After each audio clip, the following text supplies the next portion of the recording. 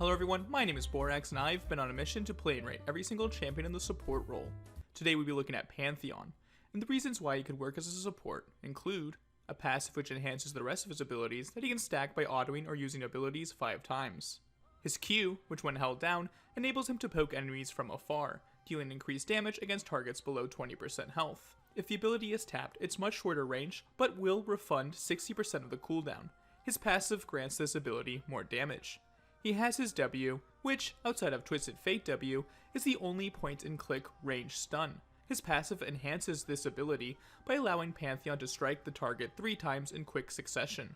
Next up is his E, where Pantheon becomes immune to damage from a target direction for 1.5 seconds while dealing damage in a cone in front of him.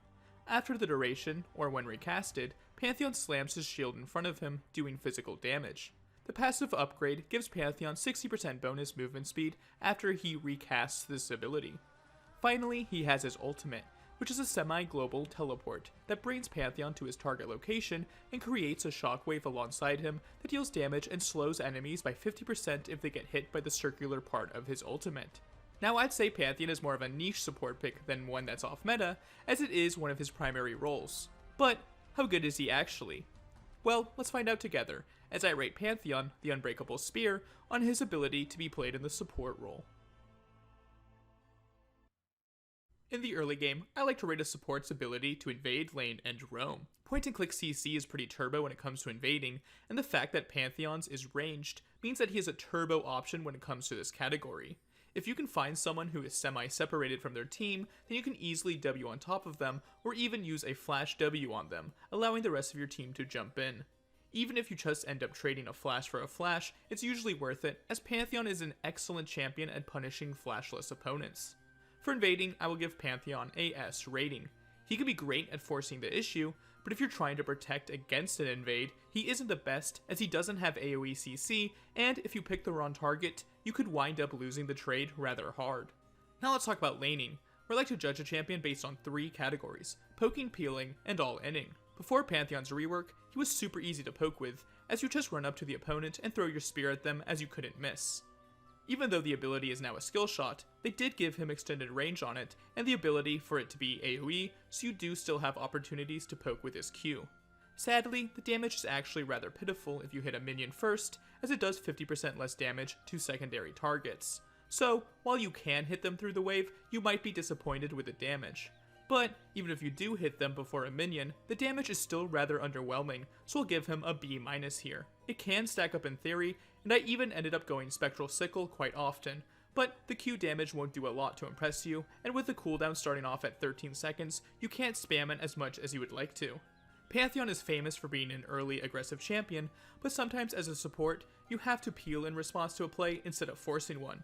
The best part about Pantheon support is the fact that your hard CC can't be missed, so it isn't too difficult to peel as you try to W the biggest threat to give your ADC time to run away, and you can hopefully survive as well by putting up your E shield and walking it out. The issue once again is that Pantheon only has one CC ability that is single target and doesn't have the longest duration. For peeling, I'll give him a B+ rating. In a 2v2 setting, it isn't the worst, as you can W the enemy ADC, but if the enemy is really fed because you might have been inting a little bit, then it usually means you are guaranteed to die. And if the enemy is making a play with their jungler, you won't have the amount of CC that you desire to get out of there. Finally, we have all-inning, where Pantheon is honestly a stud for 3 reasons. The first is his ability to utilize runes really well. If you want, you can take Conqueror, which you can stack almost instantly with an E or an empowered W, or you can take Press the Attack, which you can also proc instantly with your empowered W, meaning that you and your ADC will be dealing enhanced damage to your target. The second reason why Pantheon is great at all-inning is due to his abilities all dealing a fair amount of damage, especially his Q against low health targets. How many supports would be able to see this Lucian with 3/4 health and know that he is just a free target to chase down? The final reason why Pantheon is great at all-inning is that point-and-click CC, which can set up your allies' ganks or abilities really easily. In bot lane, people usually cower behind their minions, or they will frantically sidestep, but Pantheon W doesn't care about either of these things. For all-inning, I will give Pantheon a S+. I don't know many champions that can force the issue just as well as he can, so hopefully your jungler is aware of that, so that he can snowball your lane. Now that we've talked about Pantheon's laning prowess, let's rate the matchups that he might have to face. The hardest matchups are those champions who have a lot of peeling capabilities that can ruin your all-in potential, rendering your champion useless. A skill gen or thresh will make sure you never land a W stun, and the rest of these champions have a decent amount of healing or shielding to make an all-in into them rather difficult. Champions I don't love playing into are all of the poke mages. If you can get a gank, then it isn't too bad if you can use your flash to dodge their CC ability, and once their flash is down, you can kill them on repeat. But without a gank, or if they use proper spacing, then the lane is not very fun to play. Alistar and Rakan can be tricky, as they're great at peeling, but in the early levels of the game, you might be able to gain an advantage over them. Lanes that I think will be rather 50-50 include Senna and Swain, who if you outplay, you can bully. But if they outplay you, it's no fun. The other heavy engaged champions are interesting matchups, as you'll be trying to focus on your ADC while you do the same thing. If they ever make the mistake of engaging on you though, then you can put up your E shield, block a lot of damage, then stack your Conqueror as you W on top of the enemy ADC and run them down. I think Pantheon can do rather well into these low CC, more healing focused scaling picks, as a W on them or their ADC can do serious damage. I believe that Pantheon can easily turbo stomp a Sona lane, as she doesn't have the CC or early peel capabilities to keep herself or her ADC alive. Finally, we have a bunch of champions in the who plays these guys even, as I'm waiting to see people pick these characters in my games. Pantheon does best into enemy ADCs that don't have mobility, as they can't do well when he Ws on top of them, and he struggles against those with lots of range or mobility, as they can more easily peel away from him. Now let's talk about ADCs that you want to pair Pantheon with, and I think the best ones are early damage focused champions that want to smack the enemy ADC down. Champions like Tristana, Samira, or Draven come to mind, as they can help you get the enemy to that under 20% HP threshold so that your spear can start dealing extra damage. However, in the hypothetical case that your ADC is a useless bonobo, then you might want to consider roaming from time to time, so let's talk about that. One downside of Pantheon in general is his non-existent ultimate prowess when it comes to ongoing fights in lane, as it has a long channel time and difficult to land damage output. But in return, it does make him a roaming monster that can respond to plays all over the map, helping out your jungler and other lanes.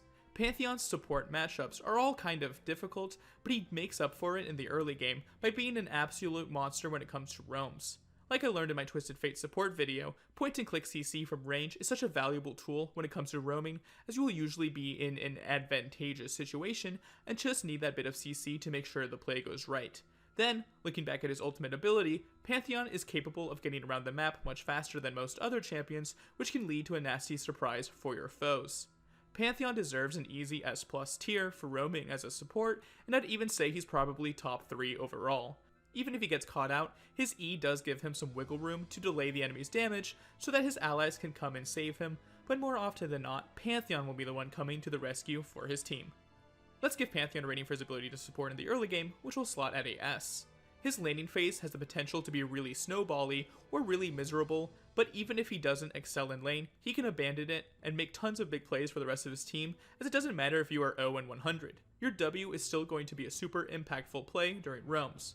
But that does make me wonder, how does the impact of Pantheon fare when it comes to the "In battle, we are reborn"?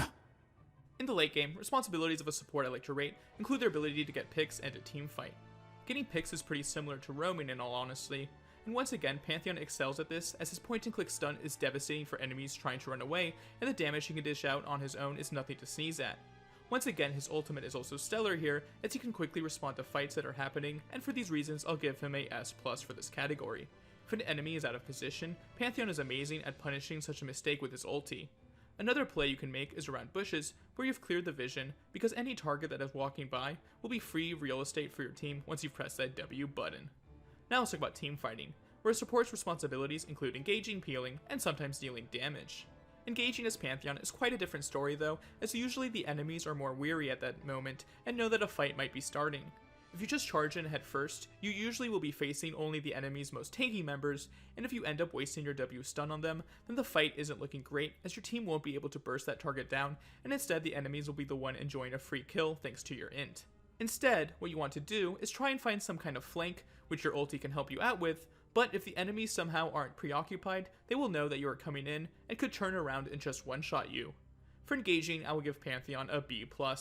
There are definitely ways he can do it, but oftentimes if the enemies are prepared for it, you will feel ridiculously weak and sad if no one else on your team can get the fight going. Peeling as Pantheon is either amazing or useless depending on what he is up against. If he needs to peel off an assassin or melee DPS threat, he's amazing as his stun can really mess them up and your team can kill them. If he needs to peel off a bruiser or tank, he isn't the worst, but the problem is he does only provide the stun and its duration isn't the longest, meaning they will still have the potential to run through your team. And finally, when it comes to enemies with lots of range, Pantheon can't really do anything due to his lack of heals or shields, and for all these reasons, I'll give him a C rating here. It would be nice if he at least had some sort of slow to help him deal with bruisers or tanks, but without it, I won't be raising his rating any higher. When it comes to dealing damage, Pantheon Support is quite the formidable foe. He plays a bit like an assassin, but he does have more of the utility and roaming potential that means he could actually get himself fed, and therefore have some nice items to deal damage. With lots of lethality, you should be able to finish off low health targets with ease, and even beat down really squishy enemies if you get the jump on them. For dealing damage, I'll give him a S rating. While yes, it is indeed a lot of damage, potentially, it can be rather risky to try and dish it out, as you have to go in to do so, and for that reason, I won't be giving him the S+ rating. Before we rate Pantheon's overall ability to support, let's take a look at the runes and items that I would recommend. If you think you can burst down the enemy ADC or support, then I would go for Press the Attack, as long as you know that your ADC won't be taking it. You can proc it instantly with his empowered W, meaning the rest of your abilities and your ADC's damage will be increased. The other rune option I'd go for is Conqueror, if you think that the fights will be more scrappy in the laning phase, as you can stack it fairly easily with all your attacks and abilities, and the little bit of healing and extra damage you get from the rune is nice. The rest of the tree is pretty much the same for both sides.